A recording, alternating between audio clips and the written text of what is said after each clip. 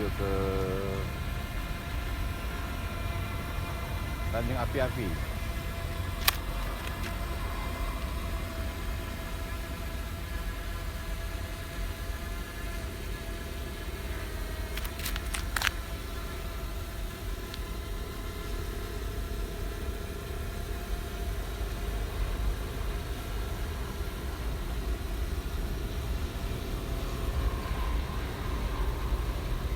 Inilah kondisi saat ini, lalu lintas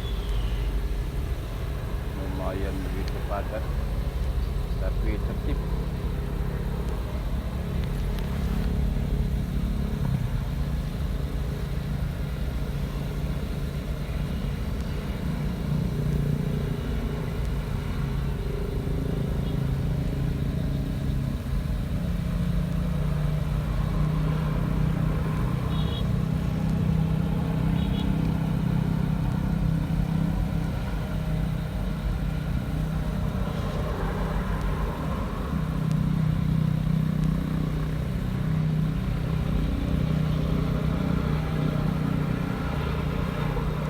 Coba kita lebih tinggi lagi.